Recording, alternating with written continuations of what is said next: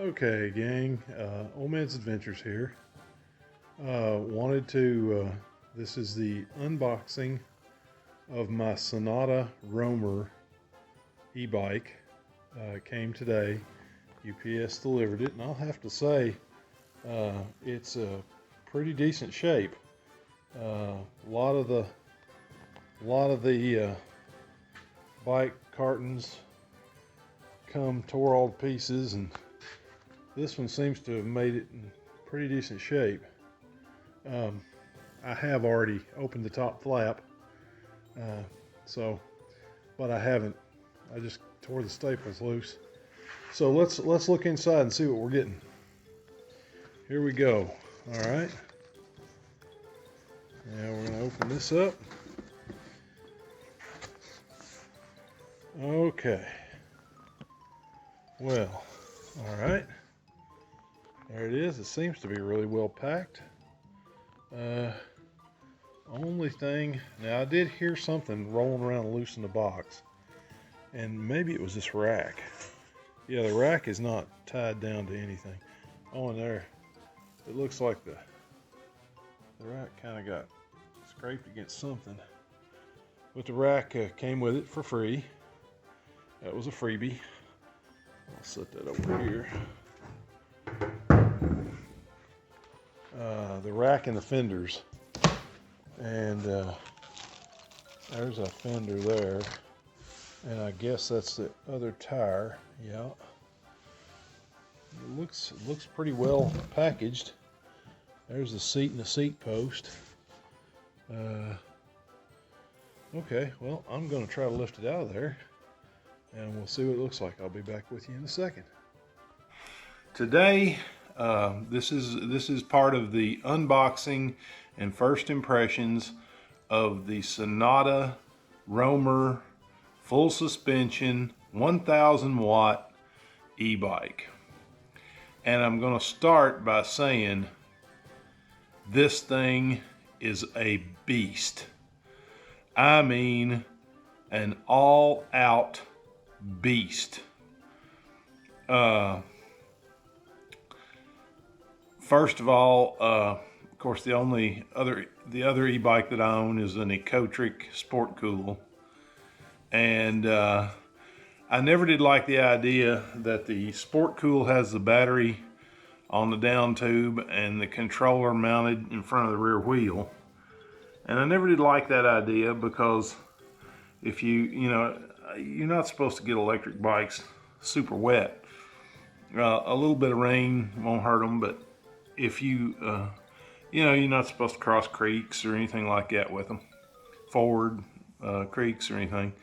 Anyway, this particular bike has the battery and the controller mounted in that rectangular top tube, and it's a folding bike, which I liked because I wanted to be able to throw it in the back of the truck.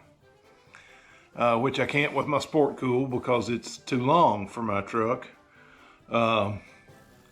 This one would definitely be too long for the truck too if I couldn't fold it in half. But anyway,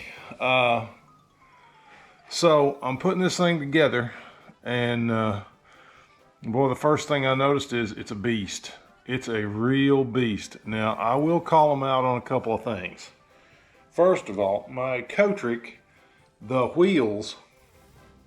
fat wheels on my Ecotric are anodized aluminum.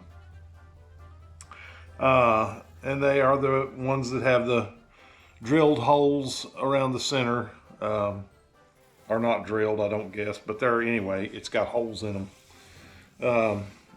That you can't see the tube, but there's some kind of rim strip there that protects the tube that you can see. Anyway, this one doesn't have the holes, which doesn't bother me a whole lot. But the wheels don't appear to be anodized, they appear to be painted. And I'm okay with that. But, I mean, it's still a good looking bike, but it's a little bit of a cheap out. This is a full suspension bike. It has a suspension fork on the front with lockout and with preload adjust. It seems to have decent width bars, and it looks like it's going to have, I thought it was going to have a 27.2 seat post, but it looks like it's a 30, whatever the next size up is. Haven't done a whole lot yet, but I'm going to finish putting it together and see what you think.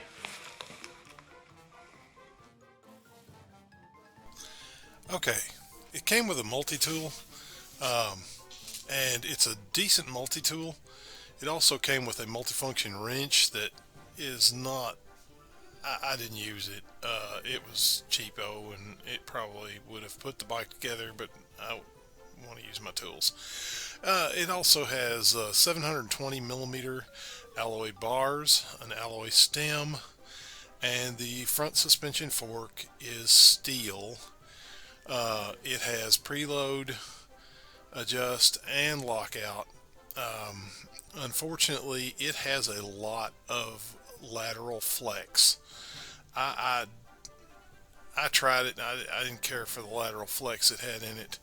Anyway, the rear shock is a coil.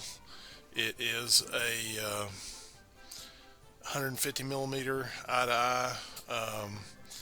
I don't know what that translates to as far as travel goes. It was 180 pounds per inch. The front chainring is 52 tooth. It is huge, and I don't know what I'm going to do, but I'm going to have to do something with that, I think, because it's just geared so high, I believe. We'll see when we take it out on the road, but thought I'd give you a little voiceover here while I've run this at higher speeds so it doesn't take so long. So anyway, there's the beast, and we have the front fork is a lockout. It's not progressive. It's either you open it or you close it. It's locked or it's unlocked.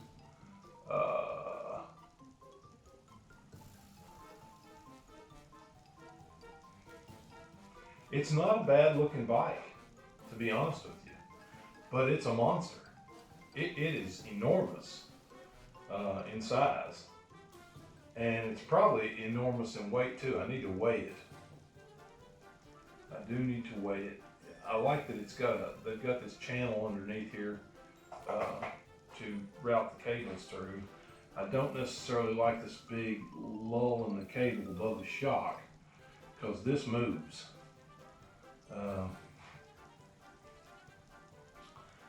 The other things that I don't particularly like, I already mentioned the painted rims.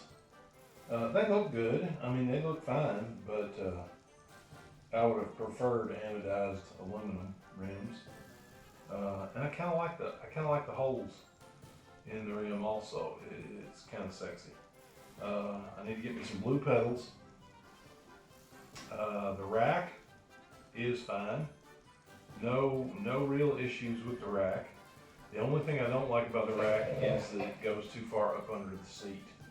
I would have liked it to have mounted back just a little further, but it can't do that because of the way these are welded in. If you go trying to bend it that way, you're going to break something. Here are the 2 points that you have to bend to make it fit. Other than that, really good looking bike. The headlight needs to point straight forward or down just slightly. You can see the trail in front of you. I do intend to use the horn. And it's kind of odd, but alright, I'm going to turn the ignition on. Hope it doesn't run away. Alright, there we go. And I'm going to hit the horn. And nothing happens. Oh, okay, maybe you got to turn it on. Turn the controller on. Alright, controller's on. What do you think about that? And there's the light. Man, that's a very narrow beam.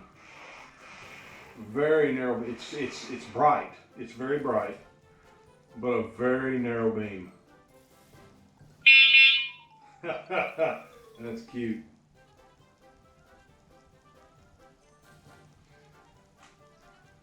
Shows 1/10 of a mile.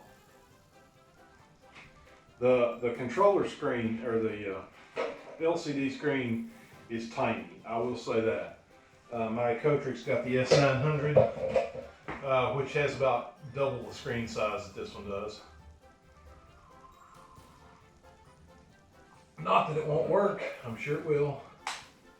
The key switch. I'm not a big fan of the key switch. I can see that being broke off in your first crash. I really can. The brakes being backwards. Gonna have to change those around because I'm not gonna get on my mountain, or be riding my mountain bike and get off and hop on this thing and forget that the brakes are reversed. So that will change. I would really like to change the grips. I hate the grips. They are hard plastic. Well, they might have a little bit of rubber on them, but not much. You got these plastic end caps and all this stuff. The thing is that they appear to be made into this mess. It's probably going to be really difficult to change it. Anyway, there you go. Senada Roamer, full suspension, e-bike, 1,000 watt. I'm interested to see how it performs. I will let you know. I'll do another video. And whether or not I'm going to like it better than my Cotric. Eager to try out that 1,000 watt motor. See how much power it actually has compared to my 500 watt Cotric. So I'll let you go. Cheers to you, and we'll give this thing a try on the trails here real soon. Thanks for watching Old Man's Adventures.